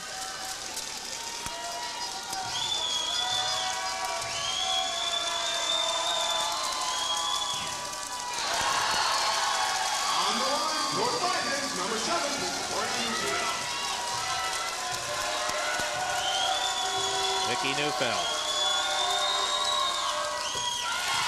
1 for 2 on this occasion from the line. Pam Flick to put the ball in play. Sandra Carroll's got it briefly, and Pam Flick has it back. 9:35 to go, second half, 57-45, Winnipeg by 12. Trying to win the 3rd consecutive national title in the school history. Only 2 that time for Sandra Carroll. She's got 17 points and leads all scorers so far in the game. Marjorie Kelly, turn away jump shot. Good try, missed. Hadlow knocked it back out to Stacey Ewell. Kelly works against Carroll, goes inside, and Neufeld in traffic is fouled. In order to get back in the game quickly, Manitoba has got to look inside, got to look to draw the offensive foul. Here's a replay right here. Dish inside, someone is bound to foul her, and they did. This is what they have to continue to do for the next 9 minutes. Neufeld at the line. Clara Asplund goes out. Sandy Corby is back on. There's Asplund, 3rd personal. A bit of a problem for Tom Kendall, although other coaches would have even more difficulty because they might not have the bench that Kendall's got. He's got about 10 people he can rotate in and out of places. It's really a luxury in university level ball to have that type of talent to go so deep. That's Victoria Neufeld again. She's been the steadiest player on her team during this tournament.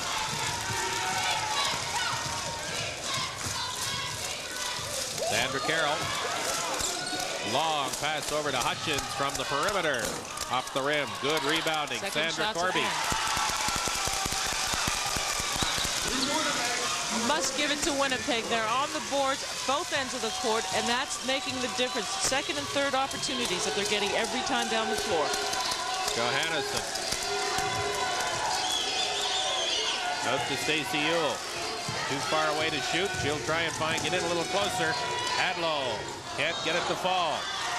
Works hard for the loose ball, but Pam Flick's got it for Winnipeg. It looks like both Hutchins and Corby have found, and Carroll actually, have found their stride as shooters. So Manitoba has really got to watch these 2 players going down the stretch. And just for a little variety, Jody Rock has a nice turnaround jump shot for 2. 63-46, 17-point differential. 8 minutes to play, second half. Winnipeg with the big lead. Playing good defense. Johansson from the corner. Outlet to Marjorie Kelly. Turnaround jump shot off the rim, rebound Winnipeg. Hutchins got the job done defensively for the Westmen.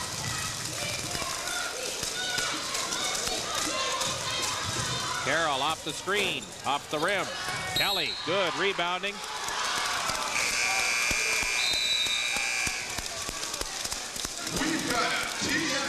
And a timeout on the floor. 7:32 to play here in the second half. Winnipeg by 17 points. Stay with us. It's still in doubt here in Thunder Bay. Out on the ice, I don't score points for how my hair looks. But after the game, in front of the press, when the cameras are just inches away and millions of fans are watching, my hair has to look great. And great hair can't have flakes. No way. So I get rid of them with Head & Shoulders. Keeps my dandruff in check and my hair looking great. Hey, you can't hide under a helmet all the time. Head & Shoulders, every day. With great hair, can't have flakes. Spicy, crispy, curly, thrilling. McCain Super Spirals. We love what you've done to our fries. You've spiced them up, curled them up, and turned them all around. McCain has taken its famous super fries, dipped them in light-tasting batter, and surrounded them with bite after bite of spicy, crispy satisfaction. You've spiced them up, curled them up, and turned them all around. McCain Super Spirals. Whoa! We love what you've done to our fries. Well, we just finished coverage of the Brier in Halifax, and now Gord Miller and Brian Eady are going back down there next Friday for the men's semifinals And actually on Saturday the 18th at 4 and 7:30 Eastern Time, 5 and 8:30 local, and the men's final Sunday the 19th of March at 1 o'clock Eastern, 2 o'clock at the Metro Center in Halifax. And that's always a great tournament. Congratulations, by the way, to the University College of Cape Breton who beat Acadia in the AUAA final today. And Brandon qualified against Winnipeg last night, so the parties are sorting themselves out here for the men's tournament next weekend. And in the meantime, Winnipeg and Manitoba are trying to decide the women's champion. And right now, Winnipeg's got the upper hand. 63-46 for the team in red, with 7:17 to go in the second half. Terry Lee Johansson. You can see the difference in their shooting percentage. 29% from the floor for Manitoba, 47% for Winnipeg. Stacey Ciau from the outside, hits the three.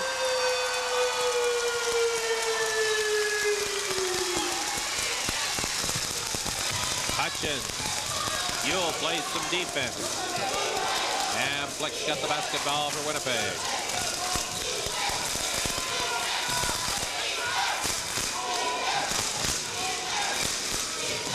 Hutchins again. Size mismatch there. Stacey Ciau is only 5'6". Hutchins 5'11". With the clock ticking down. Cam Flick usually doesn't take that type of shot. We're down to 3 on the shot clock. Johansson in traffic. Nice pass. Great pass to Hadlow. Great basket underneath by the veteran from Sonora. 6:12 to play in regulation time. It's a 12-point game. Just when you think Manitoba's out of it, they fight their way back in. Kelly with the steal. The rookie of the year took it away from the player of the decade and got 2. It's a 10-point game. They were down by 8 on the 2nd of December with 2 minutes to go and came back to win it. So they know how to play when the game is tight. Another turnover, Manitoba basketball. 5:45 to play. Last night was a similar type of game. They were down by 8, less than 2 minutes to go, and they came back to win it at the buzzer. Terry Lee Johansson. So this is a team that knows how to play with adrenaline and might make its mark again. Any bets, Peter? Never bet against the Colleen Dufresne coach team. And the smile is gone from the face of Tom Kendall. The work is not yet done for the Westmen. Lara Asplund back in the game as Sandy Carvey sits down on the Winnipeg bench. 5:25 to go. 63 for Winnipeg, 53 for Manitoba. Victoria Neufeld is in trouble here. It's a 4th personal foul. Well, she fouled out of that game in Winnipeg on the 2nd of December, and they managed to win it, but that's a problem, all right, for Colleen Dufresne. There's a big rebound for Neufeld, who's going to make the most of the play time. The time left before she draws a 5th, possibly. Ciau from the outside gets the ball to fall. It's a huge rebound, defensive rebound at the other end of the court. And they're beginning to play the type of basketball they need to.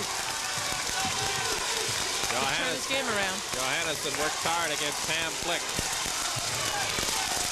Marjorie Kelly works against Sandra Carroll. From the perimeter. Three-pointer. Now that's what happened in the semifinal. 4 times Toronto got close, and every time they did, Sandra would hit at least 1 3-pointer and maybe 2 in a row. And away the Westmen would go again. There's nothing you can say about that defense. It was good handoff defense. They were there. You're talking about an incredible shooter who's on tonight. Johansson from the outside. Can't get the ball to fall. Hadlow's got the loose ball. There it is, inside with the foul. Can't get it to fall, but she draws the foul.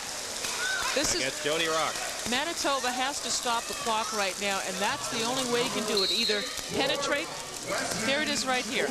They dish it inside to Victoria. Doesn't get the drop, but she does get the foul. It stops the clock, and she's on the line for 2 points. Westman calls timeout on the floor with 4:01 to play in regulation time. 11-point game for the Westmen. Winnipeg 66. Manitoba 55. And this place is a little loud. It's called rocking. I wonder if the players can hear him. Get up to the board. All right?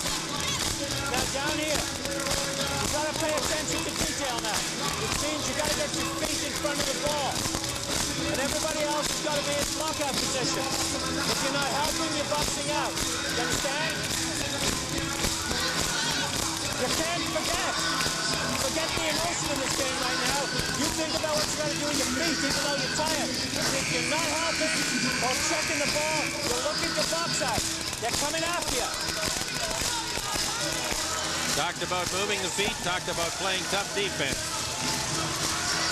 And a reminder that still to come on the network this Sunday is CIU National Finals in hockey in Fall Romanek. We'll have the pleasure of calling that game with Randy Gregg, Rod Smith from Maple Leaf Gardens in Toronto, 7 o'clock Eastern Time on the network. Moncton and Guelph will duel for the University Cup. Should be a great hockey game. Two good semifinals Friday. Congratulations to the 4 teams that made it to that point. Western and Calgary disappointed that they could not get to the final. And they did a good job all season long in their respective conferences. Here's Vicki Neufeld at the line for Manitoba. On the line for the Vikings, number 7, Victoria Neufeld. 4 minutes to go. The difference is 9 points. 66-57 Winnipeg. There's 3 3-pointers they need. Can turn the game around very quickly from the outside. They pull ahead.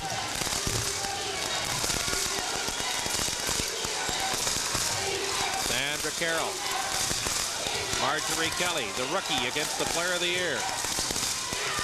Been a good matchup. Sandra's been pretty good. Johansson couldn't steal it from Andrea Hutchins. Rock off the rim and in as the clock wound down. 3:25 to go. 68-57. Winnipeg by 11. Steal by Sandra Carroll. Stolen back by Stacey Ewell. Johansson way over. Neufeld after the loose ball. Punched out of bounds. It'll be Manitoba ball. And Tom Kendall is upset. And we've got a timeout on the floor. 3:12 to play. Regulation time. This is fun. This is good stuff. This is a hot game. That was a good call. Victoria once again is coming up with big rebounds underneath, which is hustling. One thing I'm noticing about this game is that they don't use their big girls. I'm a little sensitive about that. They don't use their big girls to their advantage. Victoria Neufeld is one person who has a lot of talent inside, and they are looking to go inside more than they did.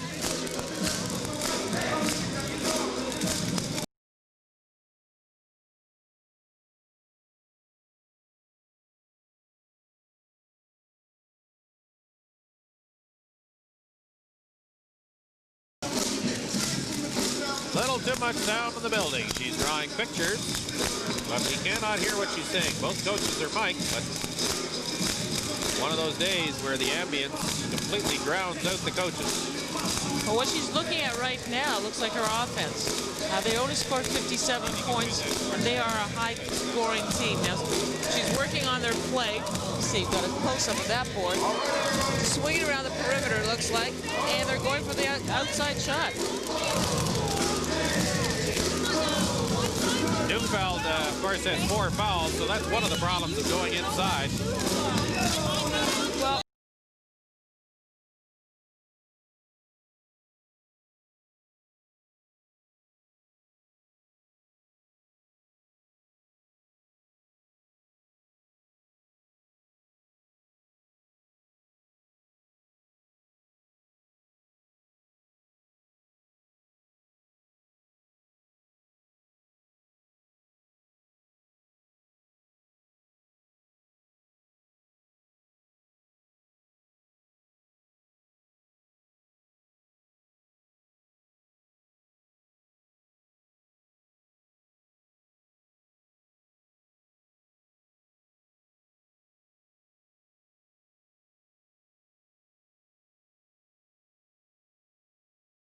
looks like it's going to be in the future.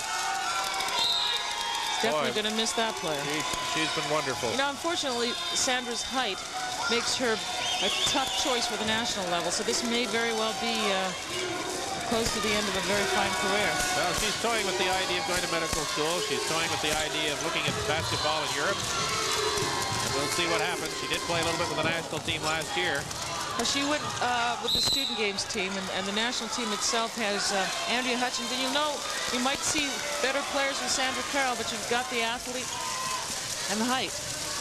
It's Winnipeg basketball and the alternating possession rule after that jump ball. So the Westman's got the ball, 2:45 and counting on the clock, an 11-point lead for Winnipeg, 68-57. Good effort by both teams. And there's Carroll. You don't think she can do it? She's not very big.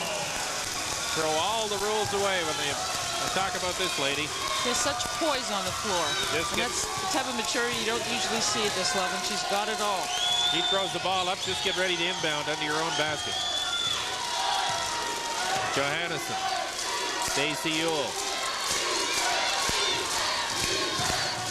Inside to Neufeld. That's right. That's the only way they can win this game. Great play, good pass, and she passed right. Good fundamental, cut through the key and finish, which is important. Carroll beat 2 defenders to get the loose ball to Lara Asplund. Pam Flick sets it up, 70-59. 11-point lead for Winnipeg. 1:50 to play in regulation time. The Westmen looking to win their 3rd consecutive CIU championship. 5 seconds on the shot clock as Carroll throws it up and in. 1:35 to go. Timeout, Manitoba.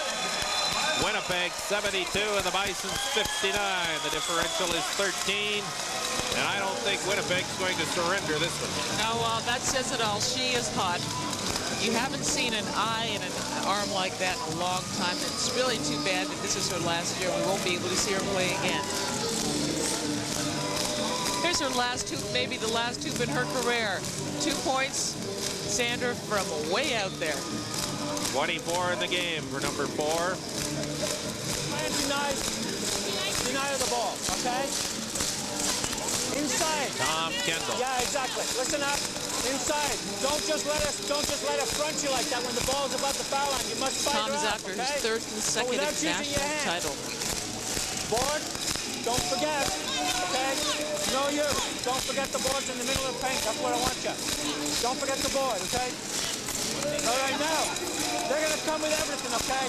And we may not get calls. Don't run away in transition. Don't go all the way down. But just bring the ball out. I think I could read lips enough to know that he was saying don't foul. He's got a 13-point lead with 1 minute and 35 seconds left. Even with 3-pointers, that's 4 of them, plus that Manitoba would require. Well, they can play their game right to the last second of the game, because right now they have nothing to lose playing the way they've been playing this entire tournament. Ciau works against Pam Flick. Tight defense, but don't foul. Double dribble on the turnover. Winnipeg with a huge opportunity here.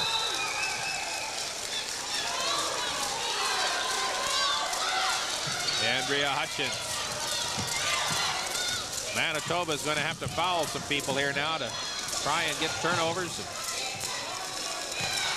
Stop the clock. 1:15 to play. Pam Flick works against Ciau. Hutchins takes a peek at the clock. 7 on the shot clock. Sandra Carroll. Marjorie Kelly guarding her. Up goes the ball. Off the rim. Neufeld tries to save it. It'll be Manitoba basketball. Ruled out off Lara Asplund. 55.9 seconds left. That far away from the 3rd consecutive title for the Winnipeg Westmen. Ewell to Terry Lee Johansson. Inside, Neufeld tries to find an opening. Johansson up and in. Buzzer. Timeout. Winnipeg, 39.9 seconds left. Winnipeg 72, Manitoba 61. The only thing they can hope to do at this particular time is to stop the clock. And you stop the clock by fouling on the offense and making sure that you're putting the ball inside defense. Okay, let's go with fire. Fire, let's go with fire.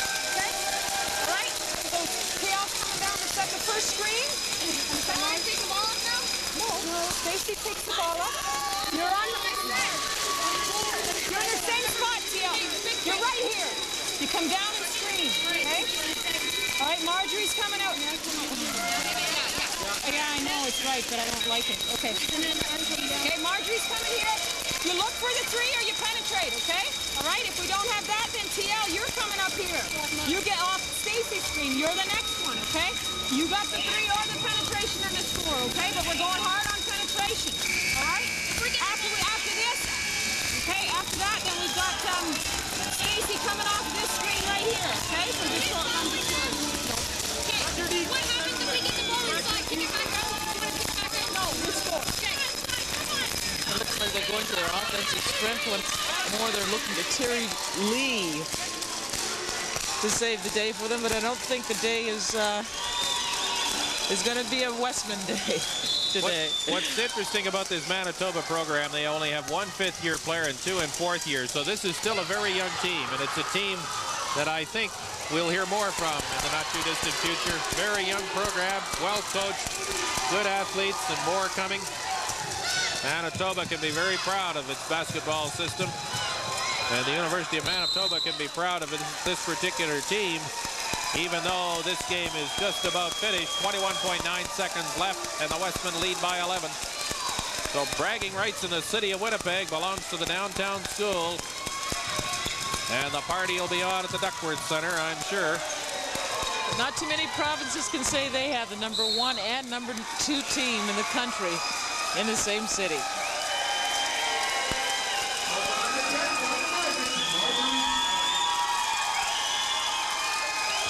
11.7 seconds left. Marjorie Kelly called on the foul. And the three-peat is up. Sandra Carroll. Will this be the last shot? No, she's fouled by Marjorie Kelly. So she'll get to go to the line. 4.5 seconds left. 72 for the Winnipeg Westmen, 61 for the Manitoba Bison. No bonus situation yet. This game's been well refereed. The players have decided it and not the officials. And it's all over.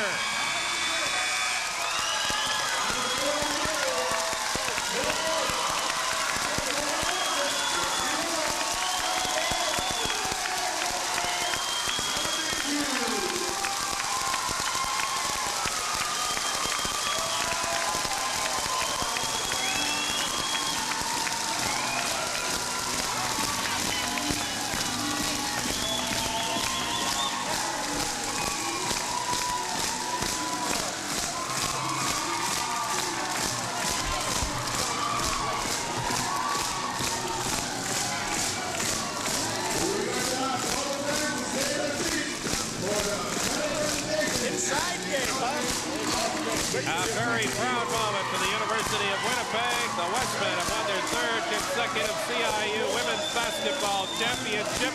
They've won 109 of their last 110 games in 3 years. And they've got 3 national titles. And for the 3 athletes on that team who are wrapping up collegiate careers, what a great way to go out. Heartbreak on the other side, the University of Manitoba, but a young program with some terrific athletes, well coached, will be heard from again. And the handshake among players who probably know each other very well because they spend a lot of time playing each other over the course of a season. It's been a series dominated by this lady and her teammates. They've won 7 of the last 8 meetings this year. Although we like to see it upset, Peter, one of the most important things about this team is that the depth and the hard work they put in had to be rewarded, and we can't have to tip our hats to Tom Kendall and the Winnipeg Westmen. And he's already started recruiting for next year as Kendall and Terry Lee Johansson exchange hugs. He's got 4 more coming in next fall, first-year players that he's really excited about. Well, good program attracts good players, so you might see a dynasty that's going to be very hard to topple for a few years to come. Teresa. Thanks so much, Peter. I'm standing with the Saxon Athletic Player of the Game, Andrea Hutchins, and Saxon Athletic Gameware will provide a check in the amount of $500 to the women's basketball program of Winnipeg on behalf of Andrea Hutchins. Andrea, three-time national champion. That's got to feel awfully good. It feels fantastic. It feels great every year, and it feels, I mean, three-peat, not many teams get to do that. It's been a great year for us. We lost one game the entire season. It was a heartbreak loss. It was also on TSN. We knew that. We remembered it. This is kind of like revenge for us. And we came out really tough tonight, and everybody played really well. Well, remembering back to that loss on December the 2nd to the University of Manitoba, it must be very sweet for you to have, I guess, a little revenge today, but more importantly, to take that national championship. Yeah, for sure.